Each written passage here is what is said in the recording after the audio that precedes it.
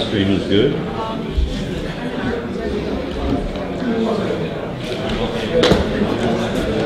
All right, good evening, everyone. Welcome to New Tech. I'm Brian Kelly, your host of this monthly pitch event that we've been doing for, almost 7 years, believe it or not. I've had over 100 meetups, over 300 companies have pitched here, and we just crossed the 5,000 member mark. So, what's up, Ann Arbor? It's pretty good.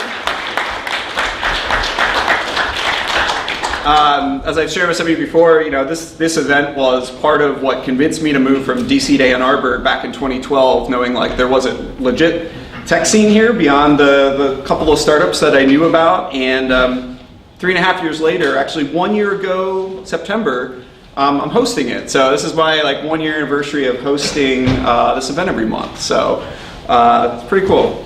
Why do we do this? So everyone's super busy, whether you're working on your company, you're in school, you're an employee at a startup or employee at a big company.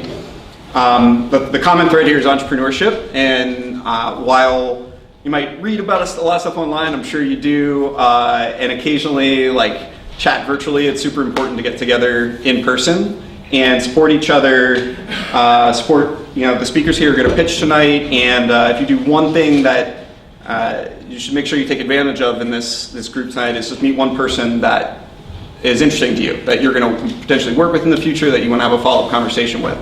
It's really great to get in the same physical space together.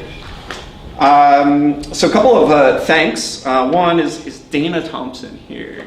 Oh, there she is in the back. So Dana is our new Bryce. So Bryce, she's the director of the Entrepreneurship Clinic at U of M Law, who sponsors the room for us every month. So thank you, Dana.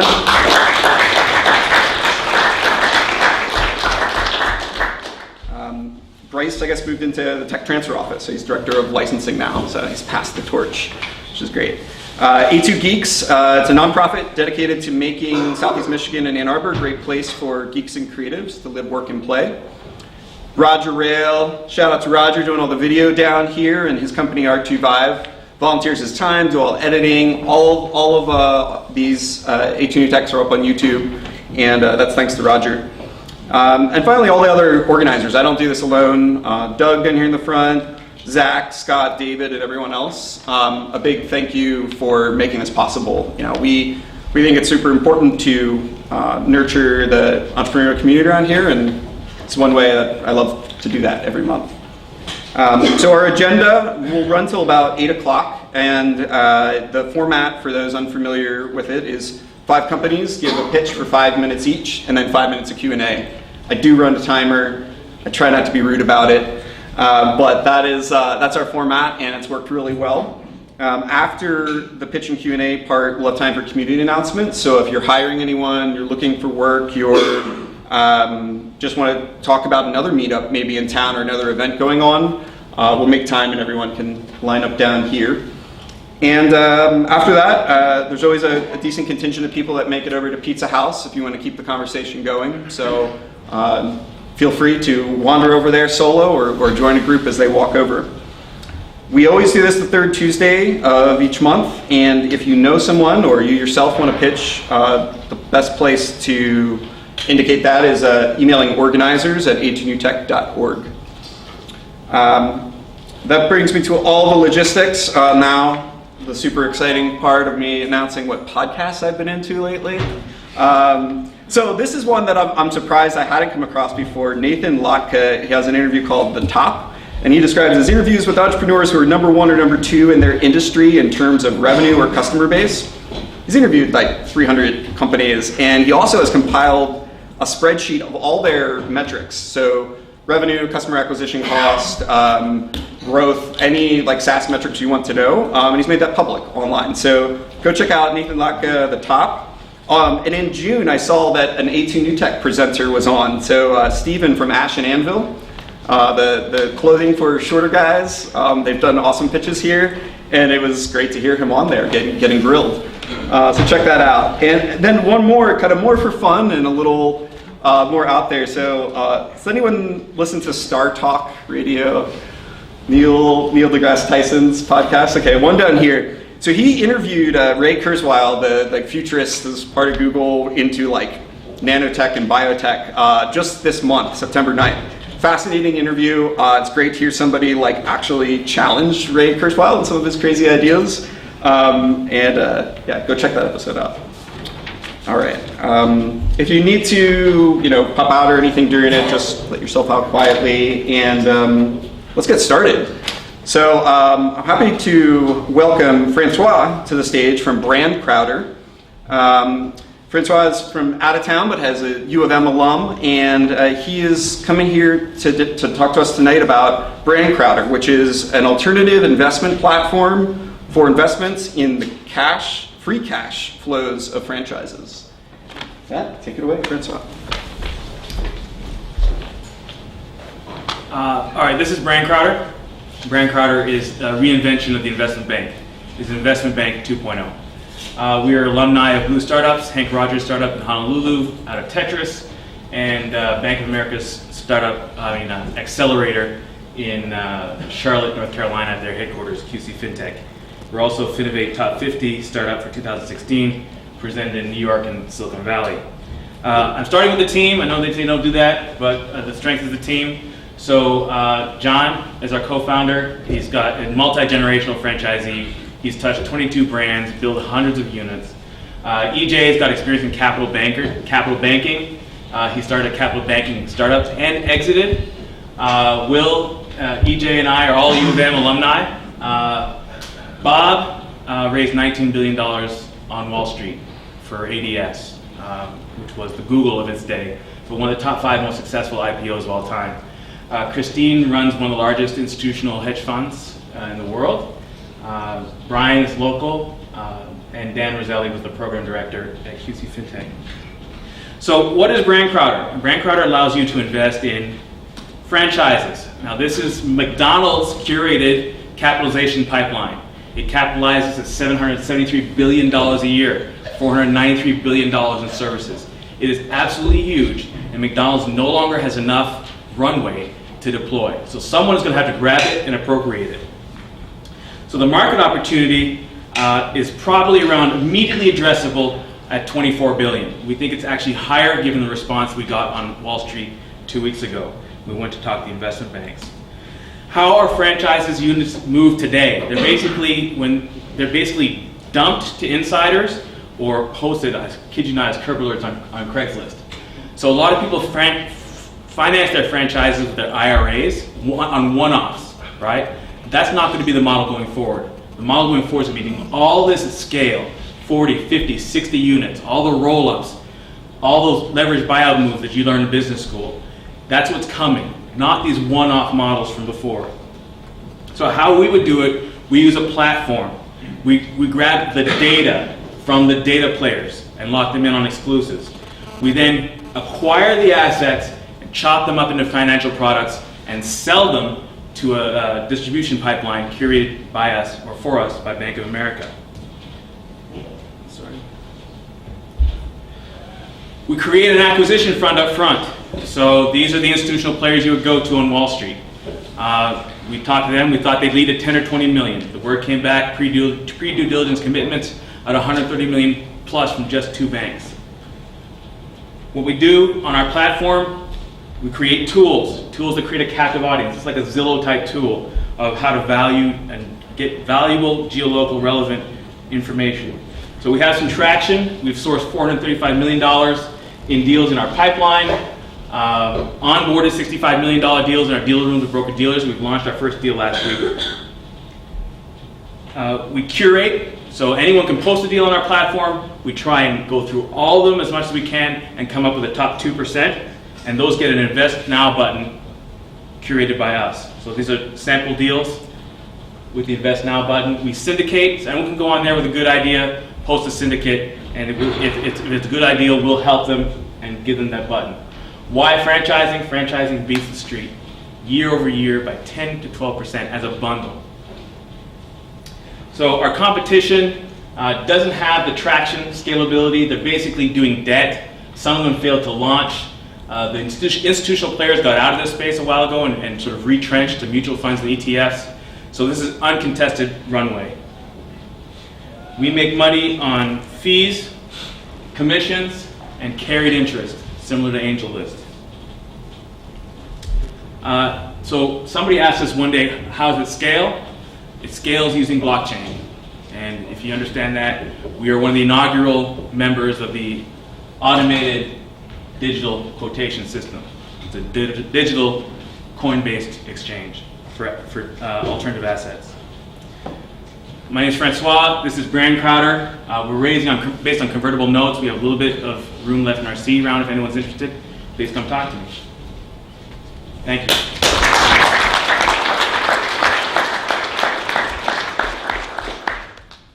You're staying up here. Oh, sorry. Hey, I want to kick it off tonight. Who's got some questions? I'm certain there are many in the room. Start up in the back. Can you expand more on how you're going to use the blockchain? So you have the asymmetrical keys with metadata around them, right? So you're basically creating digital assets based on the actual data, and you put them across a distributed ledger, allowing various players to come in and establish valuation. So using the blockchain to establish initial valuation, reducing the transaction costs, and attracting liquidity and capital. So it's not blockchain infrastructure, it's blockchain application. And we're filing the patent on it as well. Question back there. You said you've done one deal so far? We got one deal, Mac and Cheese, they're a local company. They're going to cover Franchise Times last month. They are comfort food with craft brews. So Mac and Brews is their actual unit. We're raising an equity round for the franchise itself, and we've got all the follow-on deals for their multi-level units. So our sweet spot, we're doing a small $2 million round for them. Our sweet spot is normally between $5 and $10 million. So their development deals for their franchisees, we're going to do those as well. So that one isn't in existence yet? You're funding the $2 million that's necessary to build it out? Oh, they've got 10 units already. So they've got, they're going. Units? They got 10 units already. 200 grand each, roughly? Their build out's about 300, 350 per unit. Average unit volume about 600. You ever met the Franworth folks here? The Franworth folks down on Main Street, the Title Boxing Club, Goldfish Swim School, all the I've been spending a lot of time last month on the East Coast in Silicon Valley. I'm just getting back here now. So any intros, love to talk. They're all the ex-Domino's guys that went off and they built the fastest growing franchise business. So our background's franchise development, okay. So we know everyone. Okay, yeah. We know who to go to partner. Okay. What don't you know? What are you worried about? Or what's the big regulatory? challenge? Regulatory is a huge challenge, and if you raise a $200 million fund on Wall Street, there's a lot of lawyers involved, a lot of capital sunk. I was going to ask the same thing, like what's going to be the most difficult part of building your business? Is there anything else outside of regulatory? So all the other stuff we figured out, right? We've been at it for a while. So the regulatory is going to be a big open question. And people have been doing it wrong. So you look at the Prospers, the lending Chubb, the lending the trees. Their underlying, whether it's underwriting, actual underwriting, or underwriting algorithms, are just a mess. And they're pushing this paper and making it very tough for everyone else going back out. So there's some regulatory and reputation risk. There's some bad actors looking for us. That's going to be tough. And is blockchain, is that how you're acquiring users or customers? We're creating, so the blockchain is a digital asset, it's the underlying algorithm behind Bitcoin. The application is not to manage and value Bitcoins. For us, the application is to create digital assets and trade them on a platform using a distributed ledger. So that answer your question? How do you get people to your platform? Yeah, I think that's actually a really good question. Our clients are Wall Street banks, so we acquire the assets and control the assets. Mm-hmm. We create the financial product and we sell them to established distribution that already exists in the private global wealth management cohort. So all these other banks, we know exactly who the broker dealers are, we're interested in this space, we reverse engineer their conversion rates, we know how to transfer their What kind of investment you are looking for, and what do you want to use it for? So the hard part is raising for the platform, right? We have a sliver of fees on a $200 million fund. It's not money that's going into our pocket. It's going into acquisitions for our clients. We make our clients money. And they're interested in dealing with us and giving us money for the acquisition fund because they want to see the platform done. But we do have a chicken and egg problem. We have to raise, it's going to cost us about $3 million to build our platform and do all the compliance. And that's what we're raising for. We do have a little bit of money in our seed round as well to kind of get us to the 1.0 version. But we're going to do this on pen and paper, so we're going ahead regardless of another platform in place. One more question. What's your creative display? What's your carry? 220, 220. 2 and 20s. Sometimes 120. Just like a venture fund. Yeah, Okay. just like a venture fund. And some of the returns, if you get in early enough on our franchises, are better than venture. Franchises outperform venture, PE, hedge funds, energy, everything. All the other alternative asset classes, franchises, historically outperform the fund. All right, call it a wrap. Thanks as well.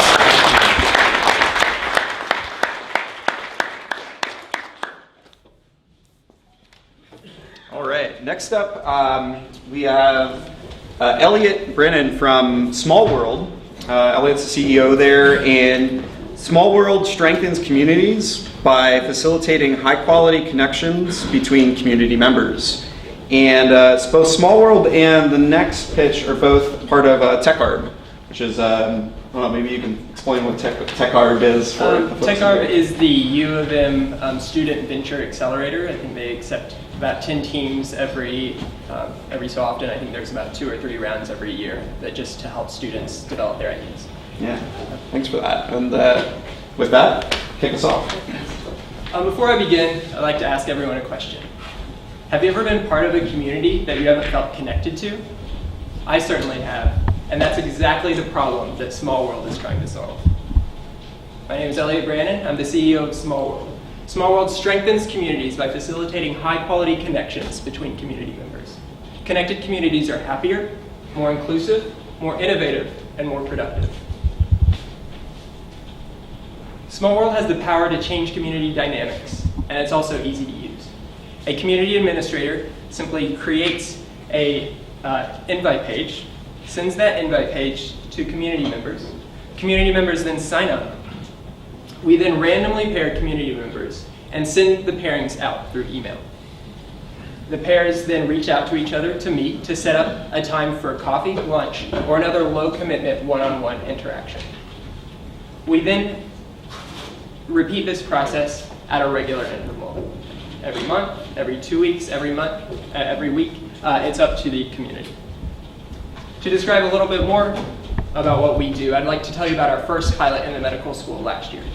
I was starting medical school last year and I was having trouble connecting with my classmates.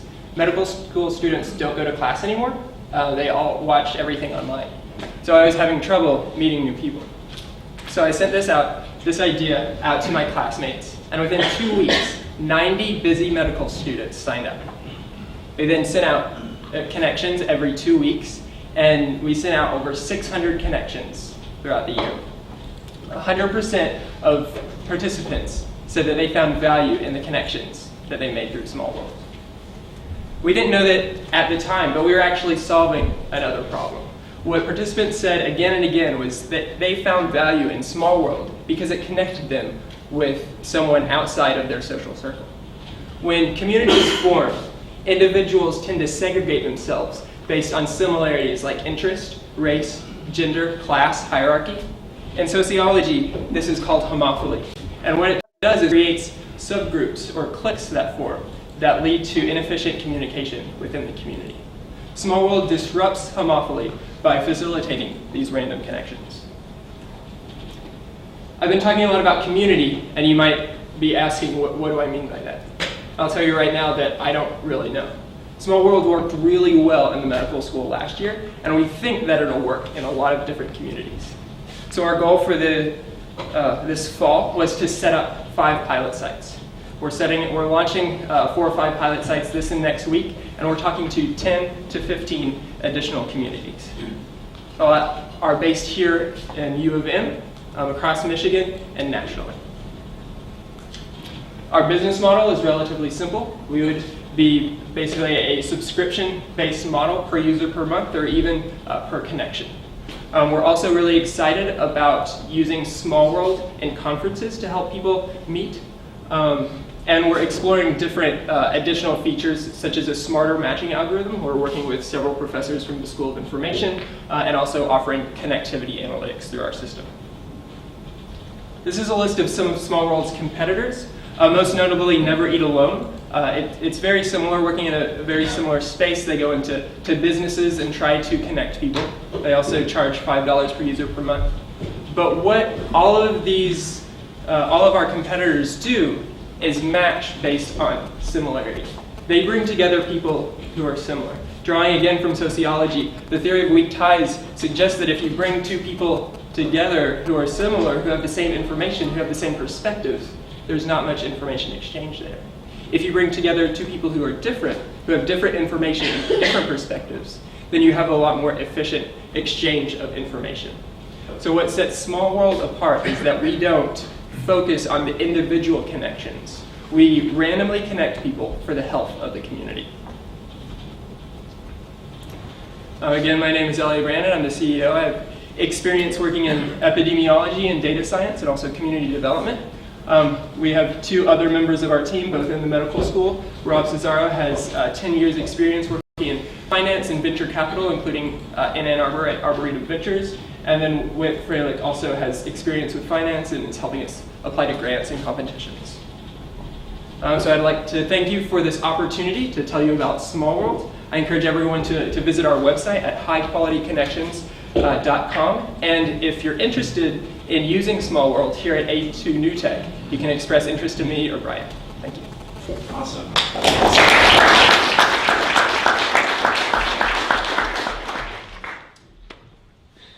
Questions? Who'd like to start? The lady so, there. Do you create an individual page for each new meetup group, and is it like a website-facing page, or do you have a divided thing in your own website? Yeah, so a community administrator basically creates an account, and they can personalize the page to their community. They explain the goals for their community and also can input an FAQ, because each community has sort of a different value proposition for SmallWorld. In the medical school, community administrators are interested in using it because they want their students to be happy. The greater number of connections tracks along with well-being, so that's why they're using it, and it's a little bit different in every community. I was under the impression that the matches would be randomized, but you talked about a smart matching algorithm. What data are you going to use, and how are you going to acquire that? So I personally don't think that there is a smarter matching algorithm. The professors at the School of Information do. But what our smarter matching algorithm might look like is bringing together people who are different rather than the same. Basically because actually through our pilot we found that people who already knew each other in the medical school were like, oh, we don't have to meet each other, we already know each other. So bringing together people who haven't met, that's what that sort of looks like. And with each of our pilots, we have a survey that we send out, and we might use some of that data to see what connections work and what doesn't. Explore that. Could you just clarify the difference between people being randomly matched and then people starting a community? So what exactly is the definition of, give me some examples of the community. By the way, I love the idea, it's great. So one community is the medical school. We're going to use it again so the first year would be one community. The second year would be a different community. We're also using it for all medical school faculty. They're interested in using it there. There's a health clinic in Ypsilanti that wants to use it for all their staff, ranging from physicians to front desk staff, because there's not much communication between these different groups. We really don't know at this point what communities there is. So in the longitudinal, don't people get tired of each other? I mean, how many times do you have to have coffee with the same person before you don't want to do it anymore? Well, we're really focusing on communities that are maybe larger than that. We have proposed it to maybe a group as small as 20 people, but they're like, oh, we already know each other. We're more focusing on groups maybe as small as 50. But what happens is, say a community starts using SmallWorld and then stops using it. The tendency of homophily, it is very natural. It's very easy. It's much more natural to connect to people who are similar than you than who are different. I think I got off on a tangent. Did that answer your question? Sort of. I have a question like similar but different. Like, where is this? Are you seeing like this is modeled virtually already online, or this happens very commonly online, right? Because there's different services groups interested, but this like different than you part is the part I'm trying to think of. Like, what online service does that same sort of thing right now, where we could see examples of where this model's been successful? You're talking about competitors, or I don't know if I. Yeah, like so, like basically, like is there what? It makes you sure that this is like what people actually want. I mean, there's a lot of sort of groups doing this, like Tea with Strangers. I know they bring two people together that don't know each other. But really, what makes us think that people want this is that every community that we've asked, like, are you interested in trying this out? They've said yes. Mm-hmm. Like I think we've gotten like 1 or 2 rejections out of like the 20 people that we've asked. They're interested in the idea of it working out. You're proving through the rest. Yeah.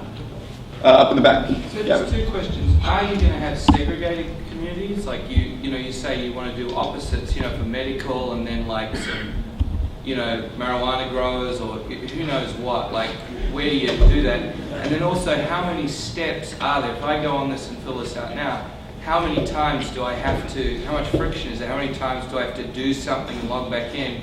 How does it decide what venue I'm going to? Is that manual labor I have to do? How frictionless and quick is it from filling it out to, boom, there's the person? Right. So that second part is super easy. So the community administrator just sends out the personalized invite page for their community. All we collect is first name and last name and email. And then the 2 people in the pair will be emailed, and they're in charge of setting up the connection. We noticed at the beginning of our pilot last year that there was the bystander effect, where both people were like, oh, I think the other person will send out the email. So what we do is designate an initiator, and that initiator is supposed to, we're all busy at times, so occasionally it doesn't work out. But the initiator is supposed to send the first email to set up the meeting. The community administrator in the personalized page might suggest places to meet or places to go for lunch. And then to answer your first question, we see this more as an opportunity to strengthen a community rather than bridge communities. If you're familiar with Innovate Brew, it's exactly similar to SmallWorld, but really they're trying to bridge basically faculty from any department and bringing them together. What we found was that a lot of those faculty didn't see the value because they were Innovate Brew was supposed to spur like innovation by bringing 2 professors together from different fields, but the innovation that was occurring because of that was at such a low level that they didn't find value in those connections. So that's why we're focusing on the community, but we're interested in that. So all the time we have for questions. Thanks, Elliott.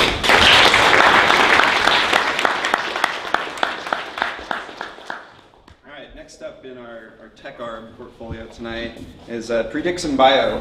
Walter McHugh is here. He's a co-founder, and he's going to tell us about their first product called MicroKine, which rapidly measures the inflammatory response of critically ill patients in the ICU. In less than 30 minutes from a single drop of blood, this enables, for the first time, precision medicine in the ICU. All right. Thanks for the intro. I saw everyone kind of like sit up at the front of their seats and really get engaged. That's great. My name is Walker McHugh. I'm one of the co-founders at PreDxion Bio. I'm also a graduate student here at the University of Michigan. We participated in TechAR, which is the University Student Accelerator this summer, and we also won the Michigan Business Challenge this previous spring. So we've now kind of formed this business. So today I'm excited to share a little bit more about our strategy and go-to-market strategy, or how we're looking to disrupt how we care for the sickest patients in ICU using precision medicine. So first, each year in the United States, there's 5 million ICU admissions. These patients actually account for almost half of our nation's total inpatient hospital charges. What's more, 80% of these admissions are ultimately driven by some sort of inflammatory process. This can be bacterial infections, viral infections, trauma burns, complications due to surgery. But today, doctors have no tools to measure or monitor their patient's immune response. So if you were admitted to the intensive care unit in shock and pending organ failure, we essentially do the same thing today that we did 30 years ago. So that's namely give you fluids, drugs to support your blood pressure, and if we think that's an infection, we'll give you an antibiotic, and then we basically sit back and hope that you live. So this is obviously very reactive. It's also very much a one-size-fits-all approach, and really just ignores the underlying biology that we know ultimately drives critical illness. So 30 years, no change. How do we get here, right? Well, I asked that question myself. And part of it was we simply, I think we're asking the wrong questions. So let's say you're a pharmaceutical company and you think you've now invented the next golden mold for the intensive care unit. Well, you take that drug and you give it broadly across the intensive care unit to all patients or all patients that fit a certain clinical criteria. The problem with that approach is that not everyone necessarily needs these medications, right? So depending on which patient population you're looking at, trauma, infection, mortality rates, while they can be as high as 25 to 40%, if you look at on average, you're still giving that drug then to 7 patients that don't need it, that we're going to basically survive otherwise. So the result of that is that in high-risk patients, there's benefit, right? You can save lives. There's clinical benefit to making that intervention, but in lower-risk patients, you're just mathematically much more likely to cause harm. So across the entire patient population, there's ultimately no effect. And so this is one of the reasons that we believe we've seen really over 30 years of failed clinical trials in the ICU at a cost of over $10 billion. So this is where we're looking to really disrupt this space. So this is our first product. It was developed here at the University of Michigan by mechanical engineer Dr. Katsuo Kobayashi in collaboration with our medical group. It allows us to measure inflammatory proteins in just 30 minutes from a single drop of blood.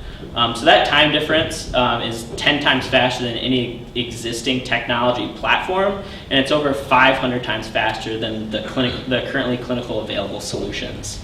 In an ICU, that's a complete matter of life and death for these patients. So what can we do with MicroKine? So now, within 30 minutes of being admitted to the ICU, we can use a proprietary biomarker algorithm, and we can actually identify who needs us to do something more, who's at high risk of dying. And then beyond that, in those high-risk patients, what's the biology? So we're then able to profile each patient's individual inflammatory process, and then based upon that, select a medication which is individually tailored to that patient's specific inflammatory response. So we do 2 things. We rapidly identify basically who has the highest mathematical kind of potential to benefit from some sort of therapy. And then in those patients with a potential benefit, what's the therapy that's most likely to benefit due to it's actually targeting the biology that's driving their illness. So I like to kind of draw a little bit of a corollary here with what we do now very routinely in cancer. So if you have cancer, we stage your illness. So how aggressive is that disease? Here we're looking at what's your risk of dying. And then in cancer, we look at what's the underlying mutation kind of driving the biology of that cancer. We do the same thing here. So what's the inflammatory biology driving your critical illness? And the same thing in cancer, you actually need the answer to both of those questions to really determine what's the most appropriate therapy for an individual patient. So this is, I don't know if it's going to build correctly, but this is basically a razor blade model. So we're looking at implementing this both in the intensive care unit as well as the emergency department. These make up about $1 billion to $1.5 billion dollar markets. Individually. The other thing that's really fascinating, I think, is if you look at ICUs, they actually account for 50 to 60% of health system revenues for like inpatient revenues. And so your ability to decrease lengths of stay also dictate how much a hospital can basically make. So if you're able to turn patients around, you're able to utilize healthcare services more efficiently and potentially make more money. So with that, I'm out of time. Happy to answer any questions. All right.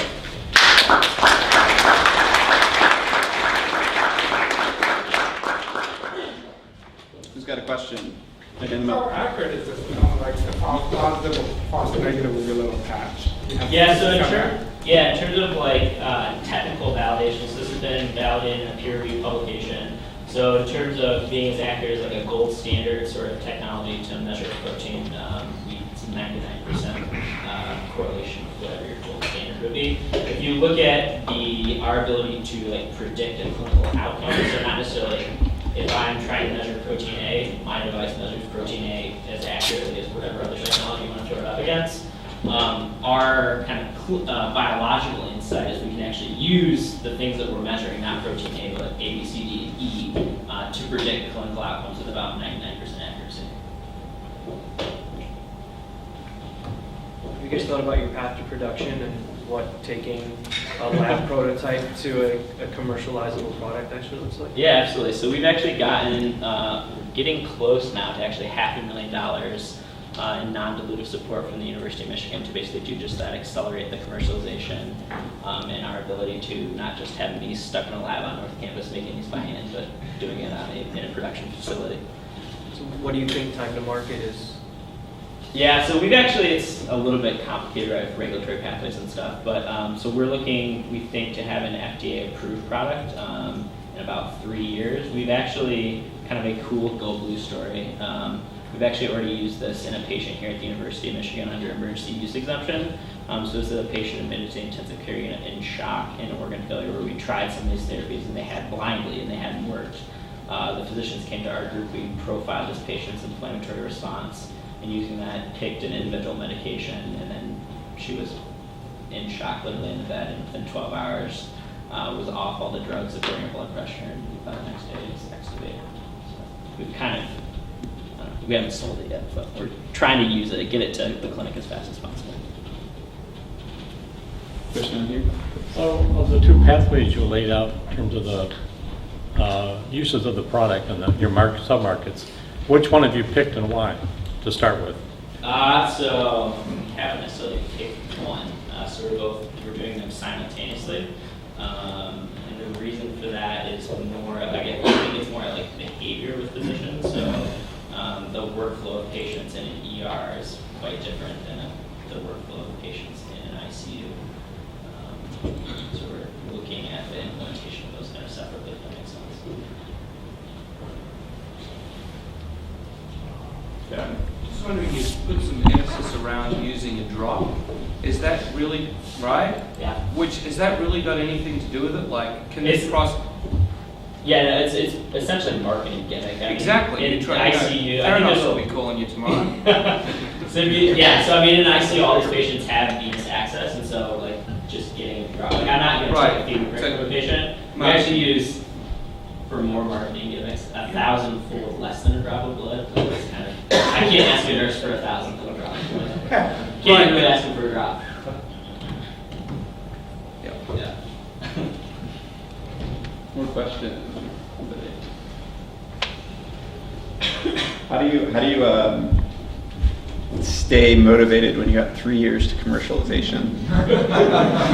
So that's a good question. So actually, it's even worse than that. So I started this as a freshman here. So the clinician, Tim Cornell, who's a pediatric intensivist, he's actually the only person I've ever worked for. So I started working for him when I was 18. I'm 26, so. Oh, so you'd be young as well as what you're saying. Yeah.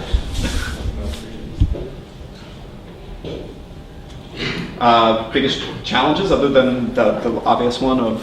So quite frankly, our biggest challenge is we're trying to develop a technology that's basically breakthrough technology that's unproven in the clinic. We're trying to prove out unproven biology, and we're trying to basically build a market all at the same time. So we got a lot of challenges. Well, you seem really confident, so I'm sure you're going to nail it. Yeah, that's one way to say it, yeah. All right, let's give him a round.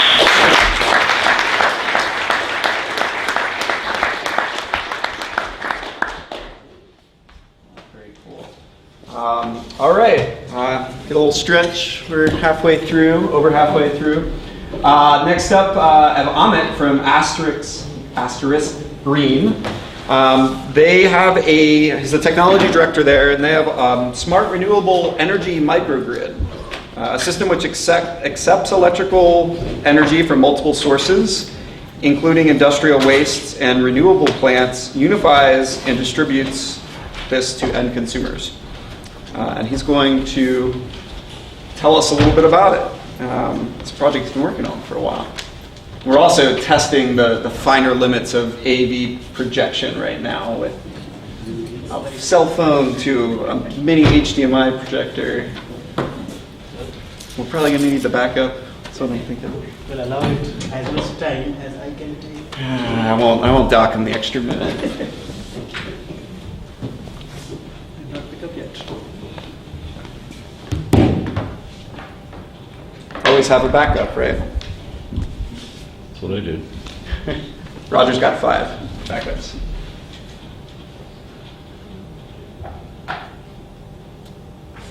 All right. You didn't just lose it. Unlock it. Oops, you just knocked your connection. Technology. Technology. Doesn't work on this. Yeah, it looks like it's going back to life.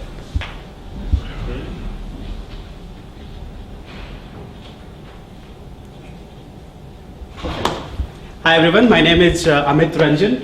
I am the founder of Asterisk Green, founder and the technology director. I'm here to ask for a little bit of change from everyone. That is equating to somewhere around $4 million. I'm also here to seek talent.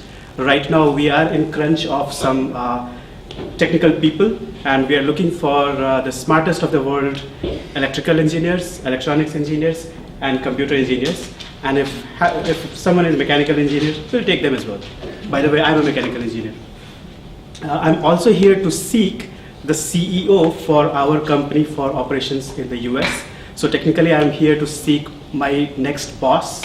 I promise I'll be a very sweet employee. I will never slave drive you. So please feel free to contact me afterwards.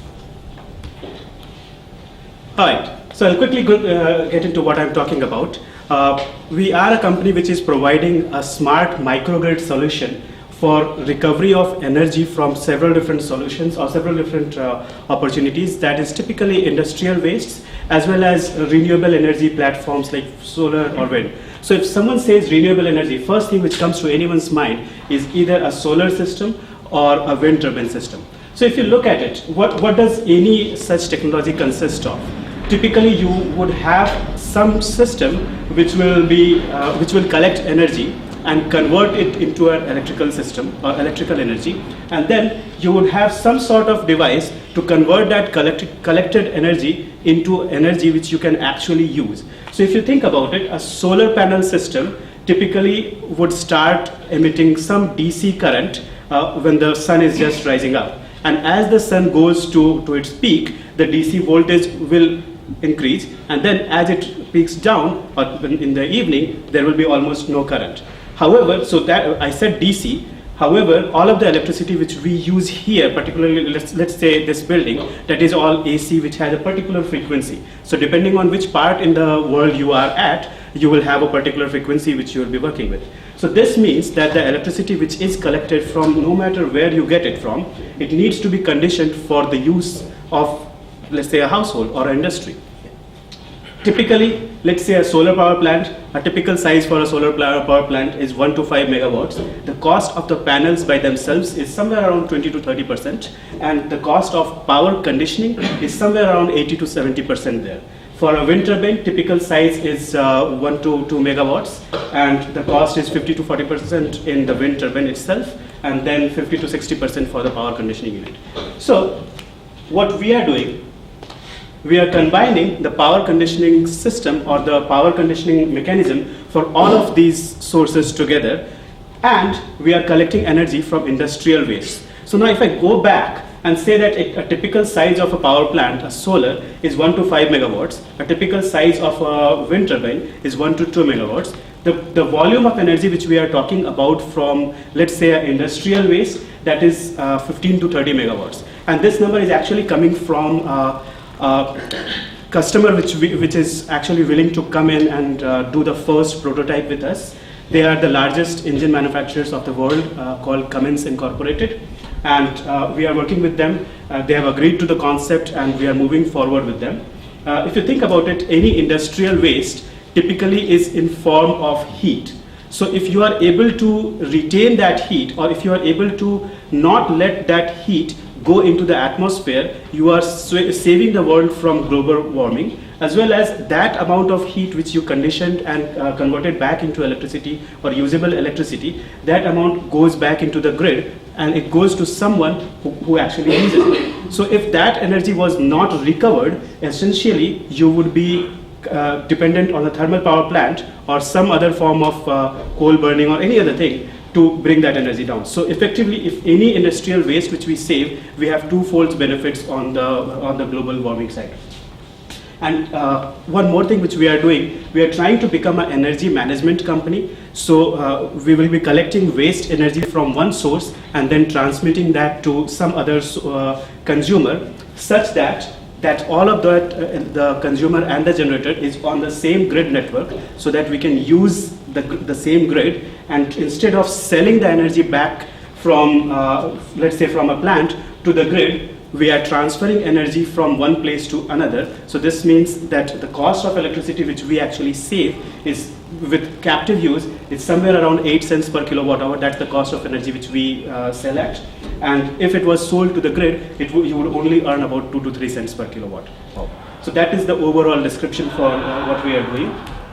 And with that, I'm back to what we are asking for, roughly around between $2 to $4 million for getting this order which we are looking for, and future line of credit for $120 million. And then again for business. Thank you.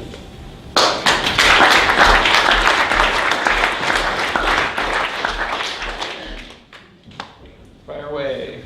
Let's get some questions. I think we're all very familiar with the ability to capture solar, wind, hydroelectric. How are you capturing the heat? So we are not letting, so essentially what we are doing is converting mechanical energy into electricity. So we are not letting the mechanical energy convert into heat. So typical the customers which I'm talking about, they are engine development customers. So engine dynos are used into test cells to simulate actual load conditions. So those engine dynos are typically the devices which convert or which absorb that mechanical energy into, absorb it and convert that into heat. So we are converting from mechanical to electricity directly and not avoiding that heat. We have some organic Rankine cycle products as well. We are looking into those technologies which will actually convert heat back into electricity or heat back into mechanical motion, from their mechanical motion come back to electrical motion. Thank you. Any other mechanical engineers want to test? Well, so you're saying down the line you might actually convert from heat to electricity. Yes. But right now you're just looking mechanical to electricity.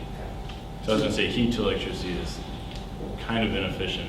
So mechanical to electricity might be more inefficient. So I was curious, why would you want to go from heat to electricity? Why not just stay mechanical to electricity? Great question. So that's a low-hanging fruit. And right now, we are already using engine dynamos, genset load banks and stuff like that to actually convert energy into heat.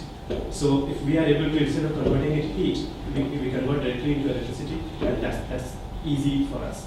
The next, so what we provide for, particularly for this customer for Cummins, we are providing an energy integration backbone. So we are creating an energy integration backbone. So once the system is installed at their facility, any future renewable energy product or any future renewable energy technology which they may have, or any waste energy recovery technology which can be heat to electricity, that can all be integrated into the same technology or the same platform. So that's the backbone which we create for any. So by backbone, you mean you're actually running electric wires between factories? Yes and no. That's I'll say conversation which we typically have with utility companies. So I'll give you an example. So the particular customer I'm talking about, they are located out of Columbus, India, and they have, I think, 7 or 8 different facilities. Some of them are big generators, some of them are big consumers. So I can work, and we have already had dialogues with Duke Energy, which is the energy company in that area. So we can work with Duke Energy and use their existing infrastructure to transfer that electricity. That is one way. The other way is to put up Columbus-wide electrical network, which will be a transmission line. So to do the transmission line, it's not a big deal. It costs something around $3 million for us to set that line up, and it will be there forever for us. However, that will be an additional headache for us, and we do want, so if there is any surplus energy which cannot be captively consumed, we do want to send it back to the grid. So if we can work with the grid rather than fight with it, that's what we are looking for. So yes, that is a possible solution of creating our own network, but because our technology allows us to migrate or allows us to converge into the same AC waveform which the utility company uses, so it is essentially the same network can be used for transferring. We've got a minute left and 2 questions. We'll go first. Tell us more about the business. What is this business? Asterisk Green? Where is this business existing? What does it do? So this is a startup company, and we have a US entity, and then we have a subsidiary in India. And Asterisk Green group of companies is working with both of these countries, or companies in both of these countries, to establish energy development or energy, I'll say, transfer network. We specifically work with automotive companies, or those are our low-hanging fruits at the moment. So what you see here is mostly what will be what an external person would see. Internally, there are several more benefits for, let's say, an engine manufacturing company, where you can, the test technologies which they are using, this is a much advanced version of that. So essentially, let's say that, let's take an example of a local energy company, let's say engine company, let's say Ford. So Ford would, let's say that Ford has got 100 different test cells. So if Ford were to establish their instruments for each of these test cells, they would have to do that 100 multiplied by the capacity of each of them. However, if you think about it, most of the time, the utilization of that actual equipment is not 100%. So 365 days a year, 24 hours a day, they are not actually running. They are typically running at somewhere around 30 to 40%. So what we do, since we are doing it at one single pace, so that means that we can reduce their investment to the utilization which they have. So let's say they have 30% utilization, we would reduce the capacity of the entire system to almost 30%. So that hardware cost, that reduces significantly. And that's our biggest technical or financial advantages from any other company. So do you have any intellectual property? Yes. It's all heavily protected by full patents. And any additional questions will be around afterwards. So thank you again.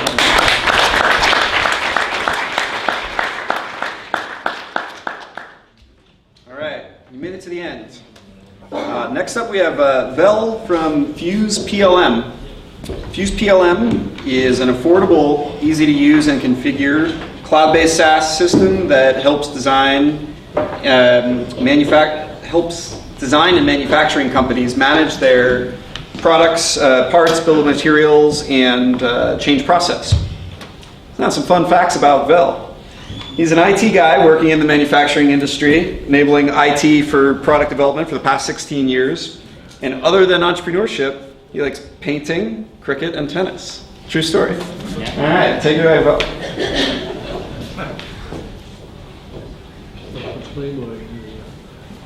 Okay. Hello everyone, my name is Vail, call me short Vail, and I'm a co-founder and CTO of Fuse PLM. And just for everybody's benefit, PLM is product lifecycle management. It's generally used for hardware manufacturing companies for design and manufacturing primarily. So we call this a golden age for hardware companies. Many years ago, if a hardware company has to start up, they need to have a lot of money, as well as they should be a well-established brand. But nowadays, starting a hardware company is very easier. And there are some happenings in the industry which made this more possible. So Internet of Things is one of the latest trends and happenings. And then the 3D printing has made the hardware companies to do a prototyping for a cheaper price.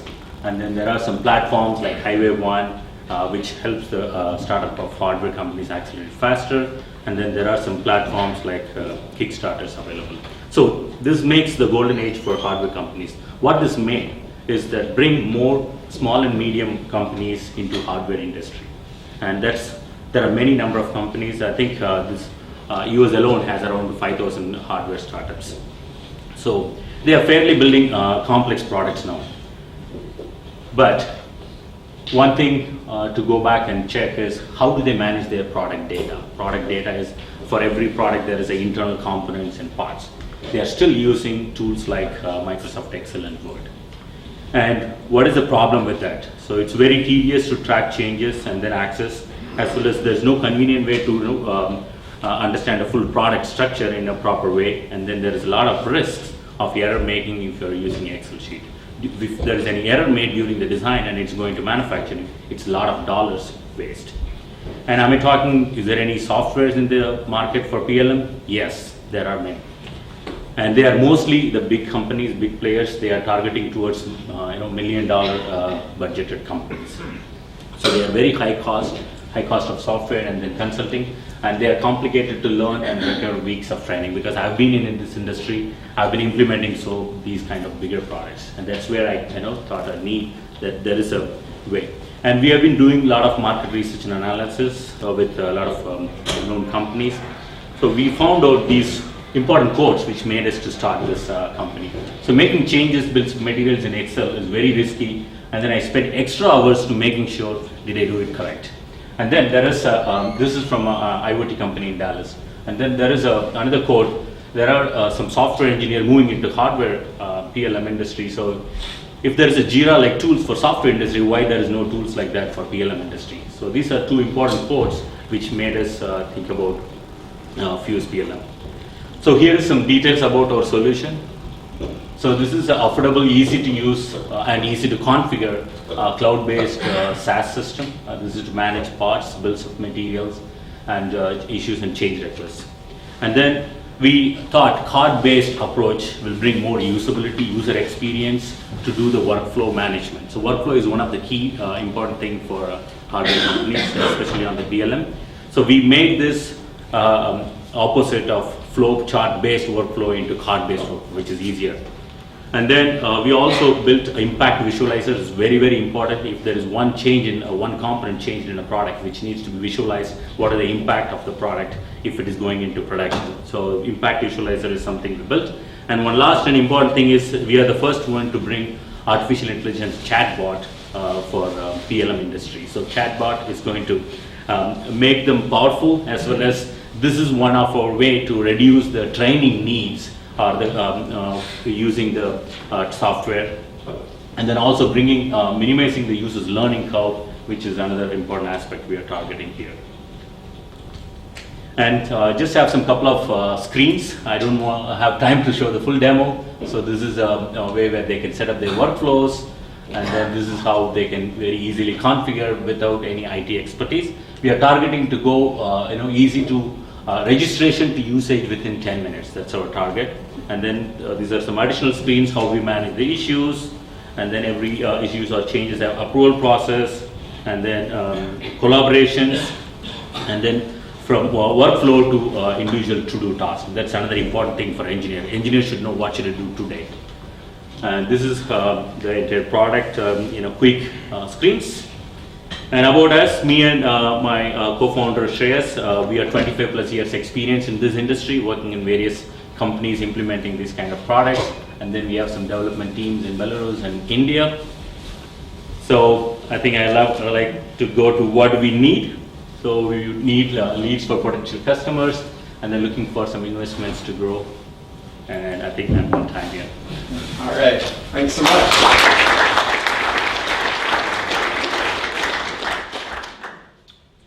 Questions? So right down here. So, what sort of, you skipped over a slide, it looked like you had some info about like any traction you have, or have you received confirmation from people that they're willing to pay for this service? This is our roadmap slide. So we talked to a few customers. We have 5 customers who have agreed to do some beta testing. And our first MVP is expected by end of October. So we are already talking to a few customers of various industries, like one in healthcare industry, and then one is in the medical industry, other one is in IoT, and then there is one in Michigan. Is another one. So all of these various industries we are trying it out. Do you know how you're going to price your product? We have some pricing model. It's going to be subscription based and user based. So we are competitively pricing, and then we are the first one to give 2 free users all the time. So we have a freemium model because we are thinking that there are a lot of hardware startups. So we want to consider them because a 10-member startup will two logins, free logins will help them to use. So we want to go with the startup. As well as for other small and medium businesses, we have a pro and the enterprise models available. Have some pricing slides for that. But we have not yet come to an exact price at this moment. Can you talk about who is your beachhead? What is that? What is your beachhead? Or what is your target market? Okay, our target market, we are trying to do it on the target for the medical industry because automotive is more saturated, and then also looking towards IoT and wearable, that's all upcoming and fairly complex products being built. So even I read an article, why my startup failed. There was an article online. So one of the important reasons is they could not price it because they did not have a bill of material. They priced it with just their own guts. At the end, they made like they have to pay a lot of money to produce rather than get out of the product. So we are targeting small and medium businesses. Yeah. Do you have any competition in the small to medium? Yes, there are competitions, and we are trying to beat the competitions with usability. That's something we see that is a key difference because there's no one. Everybody is still following the traditional way of usability, and there are these small and medium companies that have millennials or the new engineers who do not even, for example, an engineer, including me. So I use so many websites which has a cool HTML5 and the latest features. When I come to my work, it's totally I have to click 5 times to approve a change request. So that's our key differentiator. And then the PLM bot, we are trying to do a trademark for that. So that's another important differentiator. We are also thinking to make the PLM bot can be customized to any other customers or competitors too. So we are working like that. So that's our model. Is SolidWorks your competitor? Do they do PLM? I'm not sure. SolidWorks, they have a CAD product, so they're not really our competitor. The CAD product is where the engineers design. The outcome of the design is going to be put into a PLM system. So SolidWorks is not our competitor. Yeah. I worked at a company that actually had SolidWorks, but they had another PLM software that they said they bought because it works well. It's built for the SolidWorks, or not SolidWorks, the CAD software that they had. Do you find that being a hurdle for you to overcome, basically getting over brand security, not brand security, but brand loyalty, and the fact that they think it'll work better with the CAD software they're using? Yeah. It's basically, I've been in the industry last 15 years, so it's called a cross-functional integration, so you can have a SolidWorks, but it can work with Fuse PLM. The next, our next development phase will be connecting with creating more partnerships. So if you have SolidWorks or CATIA, those are the design tools. We can just do a plugin, engineer push a button that will generate the bill of material from the design tool and then load it into Fuse PLM. It's basically more of an integration. Yeah. Why Ann Arbor? Sorry? For growing a business, why this area? Is this happen to be where you've been personally, or? I've been in Michigan almost 8 years now, and then this is one good automotive area. So automotive is also one of our, automotive manufacturing suppliers, also one of our targets. And I'm in this automotive Detroit. Everybody knows that, so that's another reason. Yeah. Yeah, and my co-founder, he was in Michigan, and he just moved to Dallas recently. So we're just kind of working from both locations. Yeah. One last question. So you mentioned your first market is maybe medical devices? Yeah, medical device companies. Medical device companies. Medical devices. You didn't mention regulatory. You didn't mention anything about Part 11 or Part 280, any of the QSR, any of the regulations that you're bound by? Yeah, for example, one simple example of regulation would be double authorization. For example, if you're making a change, I'm an approver for the change which you're making, then as per one of the standards of medical industries, we have known as the double authorization. You need to give another signature to approve the change. So we are building those kind of features which will help to enable all those things needed for the typical different industries. So the industries and regulations is part of the design of the company. So this is only to host their design data and then convert them into manufacturing. So hope I answered your question. Okay, well, there's a great paperwork burden you didn't mention. Yeah, so Good luck with that. Okay, thank you. All right, that's all the time we have for questions.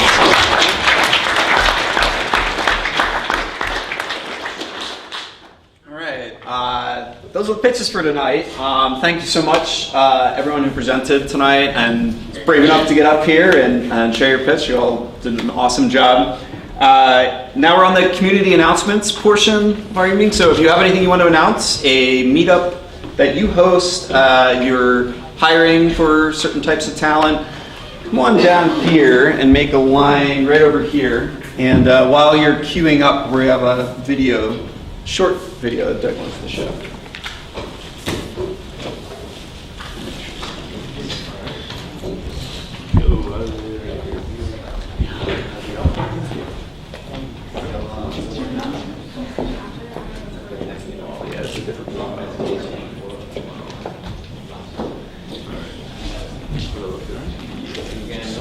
The projector might be the wrong aspect ratio.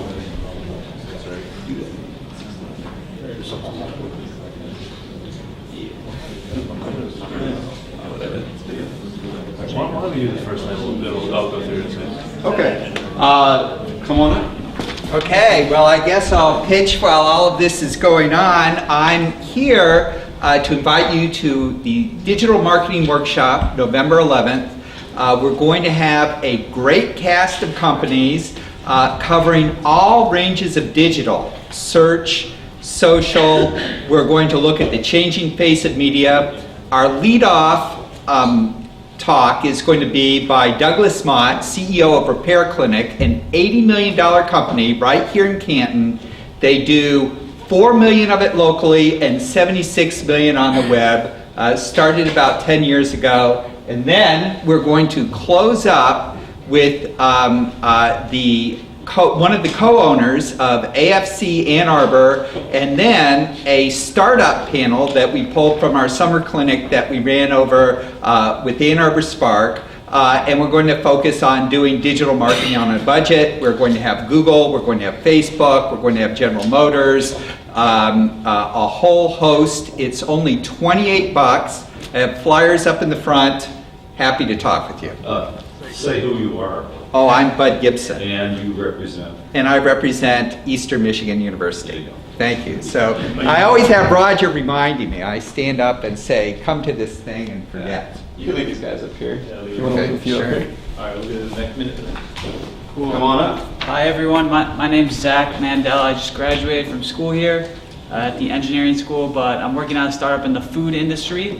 So if anyone is interested in startups in food or likes good food, you can try our product for free. It's a food discoverability platform, and I have these cards to give away. So if you like food at all, come talk to me. I'll give this to you, and Leave them up front.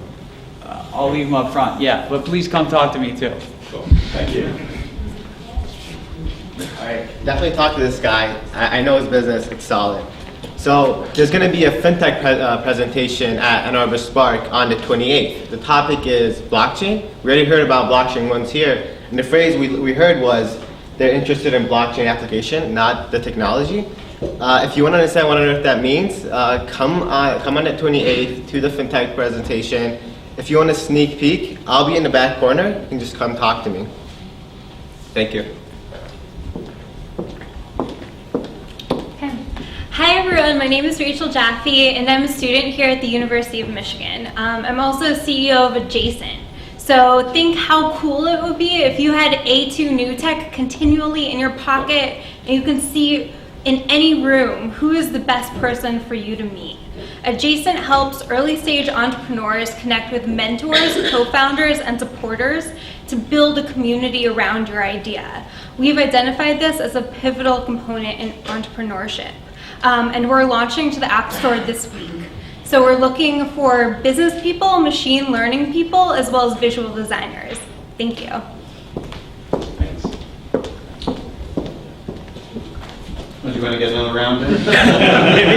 Hi everyone, again this is Amit. Thanks for listening to my pitch. I did say that we are looking for talent. The email to mail your resume is careers@**green. Please pay attention that there is no .com or anything else. The dot green is our TLD. Yes, that's very unique. And please feel free to send your email to careers@asterisk.green or send it directly to me at amit.ranjan@asterisk.green. Thank you. I'm Russell Schindler, and I'm from Traverse City. And Roger's been up there. And I've been coming to A2 New Tech for going on 3 years probably. And I loved it so much, I started a group up in Traverse City called TC New Tech. Kind of an original name, I know. So we do almost the exact same thing. Not knocking Ann Arbor's group, but I think ours is actually bigger than this now. So we're getting a lot of turnouts and we got a lot of investors. Yeah, Amit presented last month, and True Job was up there, I think, last January. So anyway, so I'm inviting you up there, tcnewtech.org. Hey guys, I'm Donald. I'm with a development house called Innovify. We're just setting up shop in the area. We have an office in Wyandotte, weirdly. That's not the best place, I don't think. But anyway, we're hiring. I'm from Downriver. We're looking for your next project. We're looking to develop, polish, or maintain your mobile or web application. We do good work, have good rates. Yeah. How do we find you? Oh, I'm leaving. I got some material, some business cards up here. Thanks. Thanks. Hi guys, I am from Petrichor. We're a Toledo-based startup, and our first product cycle just launched last week. We are a container, we're really excited. It's finally launched. It only took us 18 months. But that's because we're dedicated to quality and service. So what we do is we're a container as a service platform. So if you've heard of Docker, we work with the Docker containers, but we do it better than Docker. So you bring in your Docker container, you pull it into our platform, and we host it in our portal. And not only do we host it, but we also have services in it that allow you to maintain, manage, and monitor your container throughout its entire life cycle. So you don't actually have to use third-party services and pull them together or create your own infrastructure. We actually provide it for you. So you can go and you can actually develop your apps and develop your microservices and then just host them on our platform and then go develop more and come host more. So we are actually looking for a developer evangelist right now. So if anybody's interested, please come talk to me. If you guys love containers, if you love Linux, if you're interested in Docker but want to know more, please let me know. Thanks, guys.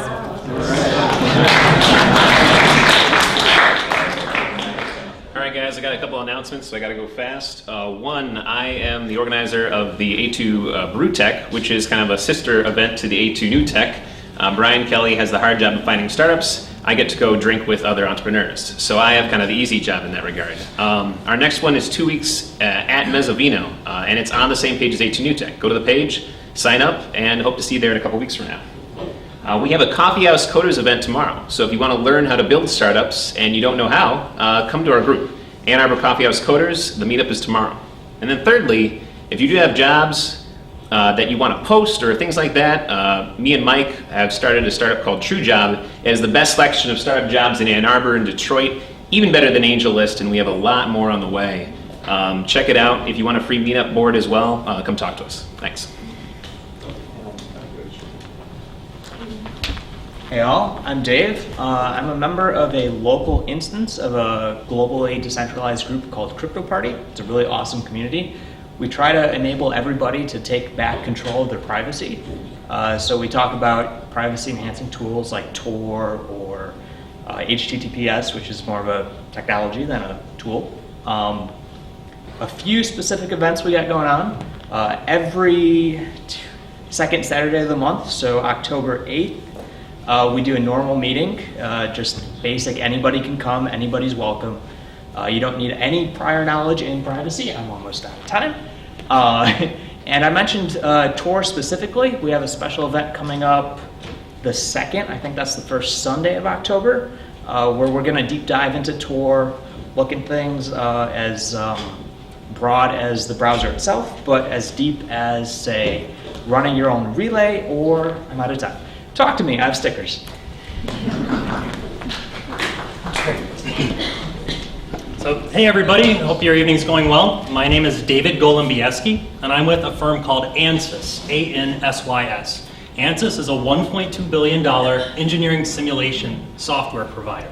What that means to you in the startup community, if you're making a product, a widget, an electronic device, and you have this great idea, you can either design, you go get it 3D printed, right? Design, build, break. You could use one of those methodologies like we've seen traditionally in product development. Or you can employ a tool like ANSYS to go ahead and apply loads, apply the real forces. Take like a cell phone, place an antenna virtually, and optimize the ideal placement of an antenna in a really complex electronic device. So problems that are large, problems that are small, companies that are large, companies that are small. I'm here to help you in Michigan. We have a brand new startup program that was launched a few days ago.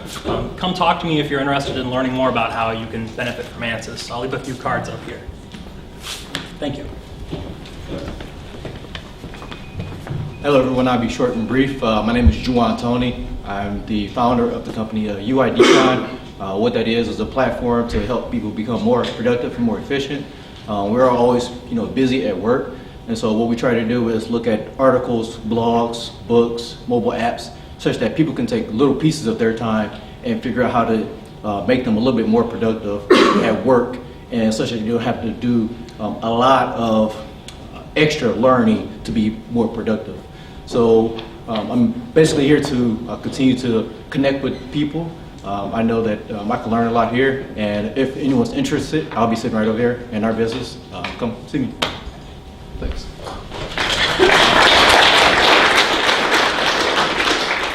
I'll just add that if you have some link or something you want to post to the meetup in the comment section, that way you don't have to look through all the tape for the video.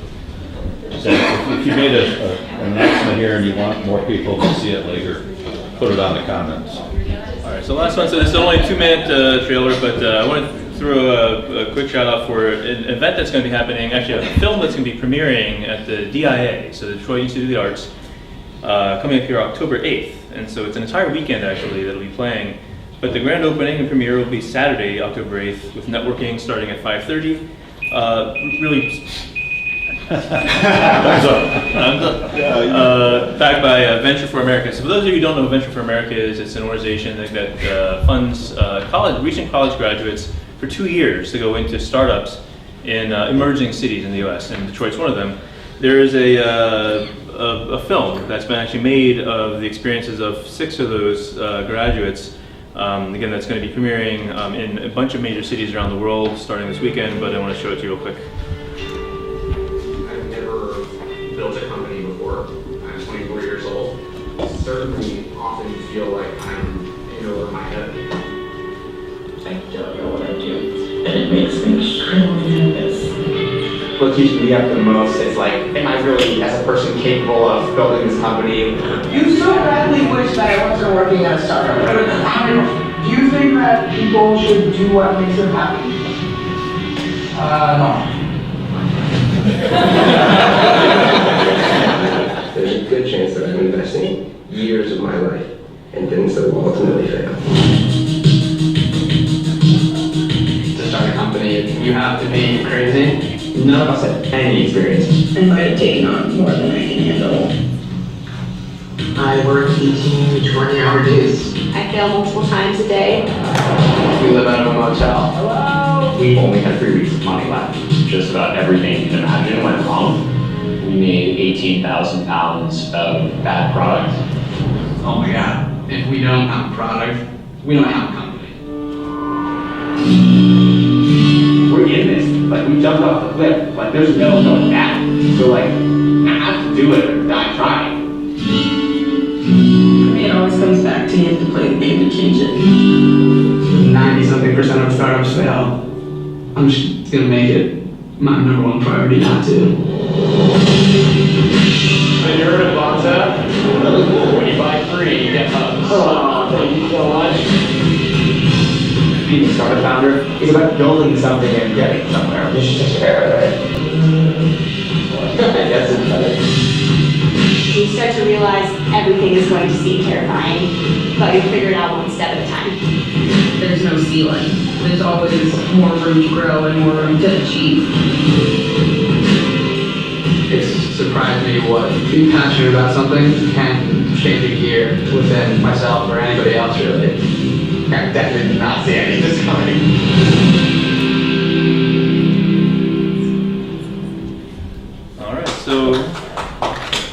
October 8th, Generation Startup, check it out. You'll find also on the DI website, but hope to see you there.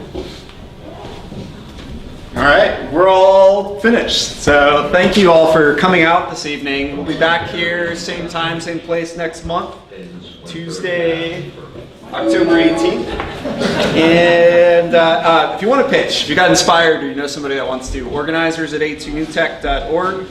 And hope to see a bunch of you at Pizza House very shortly. Good night.